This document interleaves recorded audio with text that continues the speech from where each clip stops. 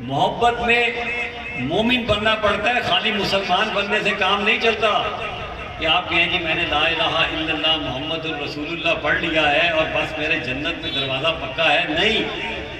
کسی نے پوچھا کہ مسلمان اور مومن میں کیا فرق ہے، تو انہوں نے کہا کہ مسلمان وہ ہے جو اللہ کو مانتا ہے اور مومن وہ ہے جو اللہ کی مانتا ہے.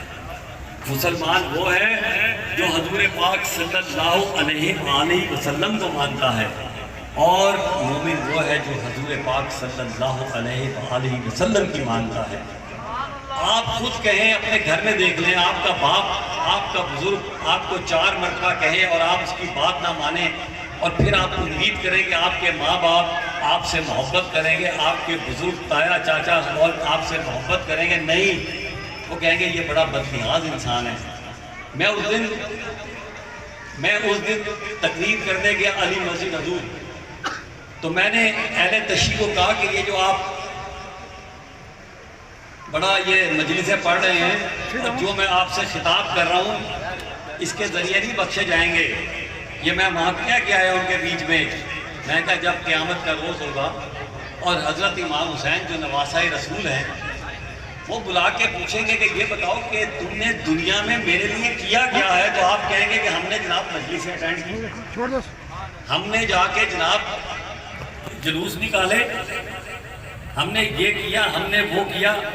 تو حضرت امام حسین رضی اللہ تعالیٰ عنہ فرمائیں گے کہ کیا میں نے قربانی اس کام کے لیے دی تھی؟ میں نے تو قربانی اس لیے دی تھی کہ یہ بتاؤ کہ جب کہیں ظلم ہو رہا تھا، جب کسی عورت کے ساتھ زیادتی ہو رہی تھی، کہیں کسی کے ساتھ ناانصافی ہو رہی تھی، جب غلط کام ہو رہے تھے تو تم کہاں تھے؟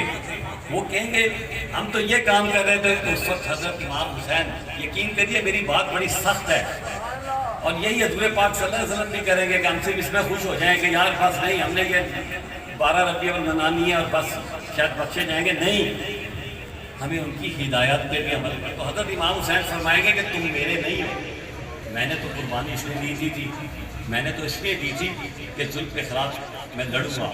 تو بات یہ ہے کہ گفتگو تو میں بہت ساری کر سکتا ہوں، کرتا چلا جاؤں گی، ٹاپک ہی ایسا ہے کیونکہ میرا جینا اور مرنا آپ کو پتہ ہے. میں ختم نبوت پہ نات بھی اٹیچ ہوں، میں ان کے لیے بھی کام کرتا ہوں اور میری خواہش بھی ہے کہ اللہ تعالیٰ جب مجھے موت دے تو یا تو ان کا نام ہو یا ان کے نام پہ مر جاؤں. لیکن خالی مرنے سے کام نہیں چلے گا، مجھے کچھ کرنا بھی پڑے گا تھوڑا سا. میں وزارت سنبھالی ہے، میں سچ بتا رہا ہوں آپ کو. میں جس دن وزارت سنبھالنے کیا، ایک تو میں نے دعا مانگی کہ اللہ تعالیٰ مجھے عاجز اور فقیر بنانا، تکبر نہ دینا. دوسرا میں نے کی کہ اللہ تعالیٰ اگرچہ میں خاک کی خاک ہوں، مجھے حضرت عمر اور حضرت عمر بن عبدالعزیز کی طرح کی حکومت کرنے کا موقع دینا. میں نے کہا نا میں خاک کی خاک ہوں، میرا ان سے کوئی مقابلہ ہو ہی نہیں سکتا، لیکن میں نے ماڈل ان کو بنا لیا، حضرت عمر فاروق اور حضرت عمر بن عبدالعزیز.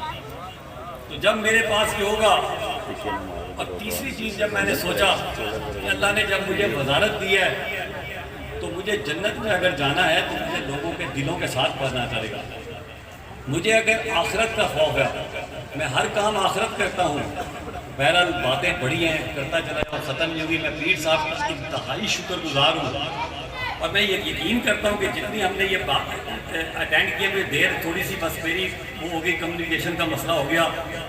لیکن پیر صاحب سے میں نے وعدہ کیا تھا میں اب ضرور آؤں گا. تو میں پیر صاحب کا انتہائی شکر گزار ہوں کہ انہوں نے مجھے یہ موقع دیا اور یہ جو ہم یہ کر رہے ہیں یہ ہماری اللہ تعالیٰ عبادت سمجھ کے قبول فرمائے اور یقیناً کریں گے، کیونکہ جو یہ وہ واحد عمل ہے جب ہم درود شریف پڑھتے ہیں، وہ واحد عمل ہے جو اللہ تعالیٰ بھی کرتے ہیں. مطلب دنیا کا کوئی اور عمل اللہ تعالیٰ نہیں کرتے. اور جب اللہ اتنی محبت کرتے ہیں اور آج ہم محفل میں بیٹھ کے جب حضور پاک صلی اللہ علیہ وآلہ وسلم کی باتیں کریں گے تو یقیناً اللہ تعالیٰ خوش ہو رہے ہوں گے. اور بس میں آخر اس نعت کے کچھ شعر کے ساتھ، جنہیں 13 نقش قدم ملا وہ غمِ جہاں سے گزر گئے، جنہیں 13 نقش قدم ملا وہ غمِ جہاں سے. سوری میرے چودھری خوشی صاحب کے رہ گئے، یہ میرے بڑے زبردست ہیں اور یہ بڑی محبت کرنے والے آدمی ہیں، میرے چھوٹے بھائی ہیں. اور یہ سیرت نبوی کو انہوں نے کافی زندہ رکھا ہوا ہے، میلاد النبی کے بھی جلسے میں بھی ہوتے ہیں۔ تو میں یہ فرما رہا تھا جنہیں 13 نقش قدم ملا وہ غم جہاں سے گزر گئے، یہ میرے حضور کا فیض ہے کہ بھٹک کے ہم جو سنبھل گئے۔ تو ہی کائنات کا راز ہے، تو ہی کائنات کا راز ہے، تیرا عشق میری نماز ہے، تیرے در کے سجدے میرے نبی میری زندگی کو بدل گئے۔ تو مصوری کا کمال ہے، تو خدا کا حسن جمال ہے، جنہیں تیرا جلوہ عطا ہوا وہ تیرے جمال میں ڈھل گئے۔ اور آخری خوبصورت شعر ہے واصف علی واصف کا، تیرا بندہ واصف بے خبر، تیرا راز سمجھا ہے اس قدر، تیرا بندہ واصف بے خبر، تیرا راز سمجھا ہے اس قدر، تجھے جب پکارا چشم تر کئی مرحلے تھے جو ڈل گئے۔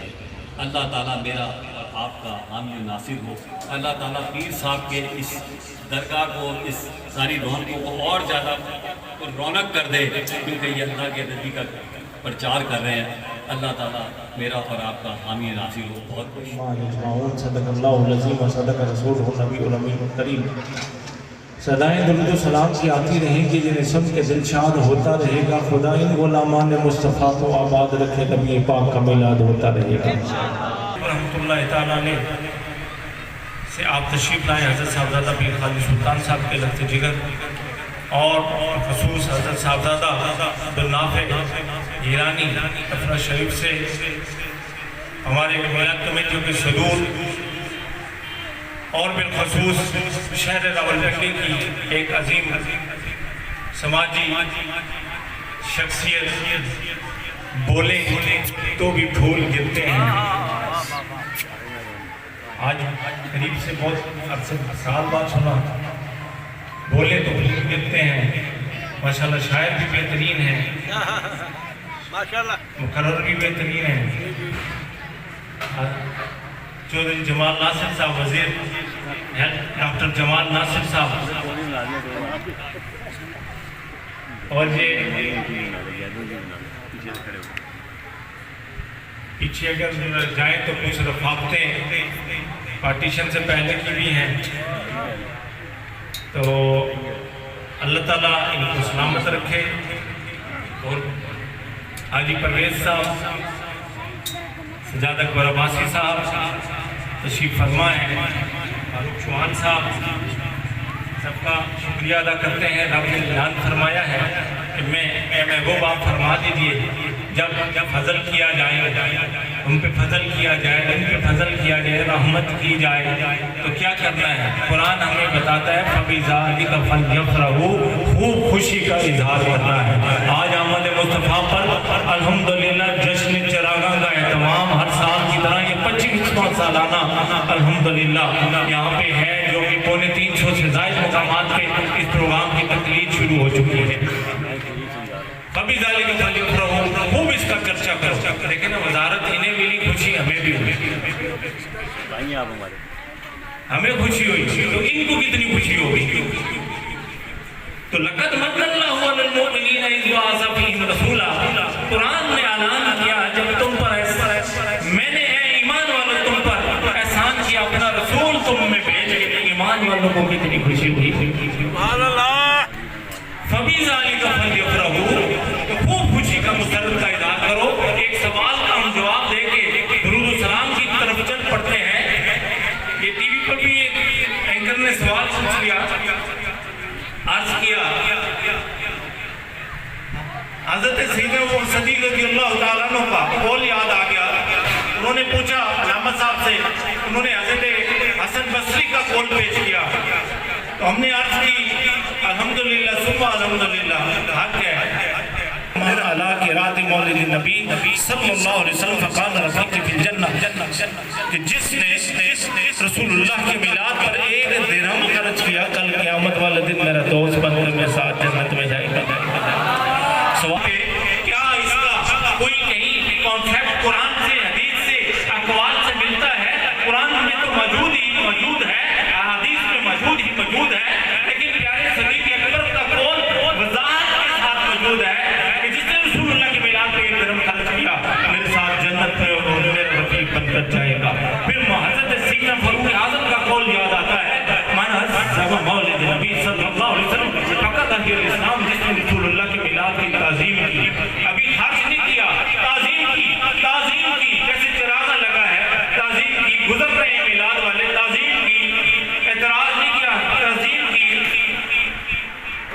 حسن اسلام کو زندہ کرتے ہیں. اور حضرت عثمان غنی کا قول بھی جس نے حضور کی میلاد پہ ناز کیا ہے، تعظیم کی، غزوہ بدر و حنین کی طرح صحابہ کی طرح اللہ تعالیٰ نے ان کو اجر عطا فرمایا. اور مولا علی مشکل کشا کا قول سن لیجئے، وہاں یہ پیش کیا. آپ فرماتے ہیں کہ حضور کی ولادت باسعادت کی خوشی میں شریک ہو، میلاد کی تعظیم کرے، سبب الاتحاد ہی جو اس کا سبب بن جائے، جس بھی حوالے سے بن جائے، خرچ میں، دعوت میں، آنے میں، جانے میں، سیکیورٹی کے معاملات میں، دیگر معاملات میں، وہ دنیا سے نہیں جائے گا لیکن ایمان کے ساتھ جائے گا. تو یہ لیکن پھر بھی ہم سے یہ ہماری شریعت، ہمارے نبی کی تعلیمات تقاضا کرتی ہے کہ ہم غریب پرور بن جائیں، اپنی اصلاح کریں، اپنے ملک کی خدمت کریں، غریبوں اور بے سہاروں کی بھی مدد کریں، اور رسول اللہ کی سنت پر پریکٹیکل عمل کرنے والا بنیں، محبت رسول اللہ صلی اللہ علیہ وسلم کو پھیلانے والے بنیں. تو اللہ تعالیٰ سے دعا ہے کہ اللہ تعالیٰ ان سب کو برکتیں عطا فرمائے. اور میلاد شریف میں ایک ایک شریک ہونے والے تمام ساتھیوں کو اللہ رازوال برکتیں دیں. تو کل سے انشاءاللہ، جیسا کہ بھی سن رکھے آپ نے، کل سے انشاءاللہ یہ نشست کا باقاعدہ جو ہے آغاز ہوگا. آج آغاز ہو گیا ہے. تو اب انشاءاللہ کانفرنس میں مدعوین جو سپیچز ہوں گی وہ بھی مقرر ہوں گی، اور خطبات بھی ہوں گے، اور اپنے اپنے موضوعات پہ ہوں گے. پھر آپ سب سے گزارش کے ساتھ شکریہ ادا کرتے ہیں کہ خصوصاً ڈاکٹر جمال ناصر صاحب گزر ریکویسٹ بھی کرتے ہیں کہ اور دعوت بھی پیش کرتے ہیں کہ یہ 12 دن میں آپ کے پاس ہفتہ اتوار 2 مزید آئیں گے.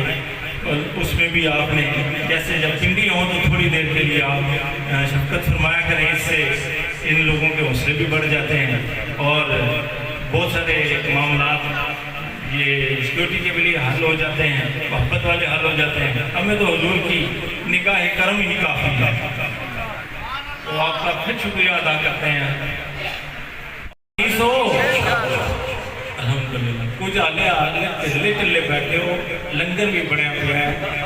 حاضر تھی سو حاضر ہوں گے. آمد مصطفیٰ. پھر صاحبزادہ نوری سلطان صاحب القادری کا، صاحبزادہ عبدالنافع صاحب کا، اپنے معزز ایوان کے ہر آنے والے کا شکریہ ادا کرتے ہیں. چودھری عبدالمجید صاحب اور حیدر صاحب کا ماشاءاللہ یہ تذکرہ نہ ہو تو یہ کمپلیٹ نہیں ہوتی بات. اور یہ ناصر یاسین سیفی صاحب بھی پیچھے بیٹھے ہیں، ان کے اراکین سیکورٹی فراہم کر رہے ہیں. شاہ صاحب بھی بیٹھے ہیں، لبک صاحب بھی بیٹھے ہیں، جیلوی صاحب بھی بیٹھے ہیں، بہت سارے ساتھی بیٹھے ہیں. سب کا فقیر شکریہ ادا کرتا ہے. وما علینا الا البلاغ المبین. نئے سنا خان، نئے قرآ حضرات، نئے پیران کرام یہاں تشریف لاتے ہیں، اور 12 روزہ نبی کانفرنسز یہاں پر منعقد. ان کے نقش قدم پہ چلتے ہوئے پوری دنیا میں اس وقت کم از کم 300 کے قریب اس وقت 12 روزہ جشن عید میلاد النبی کانفرنسز ہو رہے ہیں. اور پہلی کا آغاز الحمدللہ 25 سال پہلے قبلہ پیر سرکار جی نے راولپنڈی میں گلشن آباد شریف میں کیا تھا. ابھی میں آفتاب طریقت، محتاب شریعت، مبلغ عشق کے رسول، بانی 12 روزہ جشن عید میلاد النبی کانفرنسز حضور قبلہ پیر سرکار جی دامت برکات و مالیہ سے ملتمس ہوں کہ آپ صدارتی خطبہ ارشاد فرمائیں.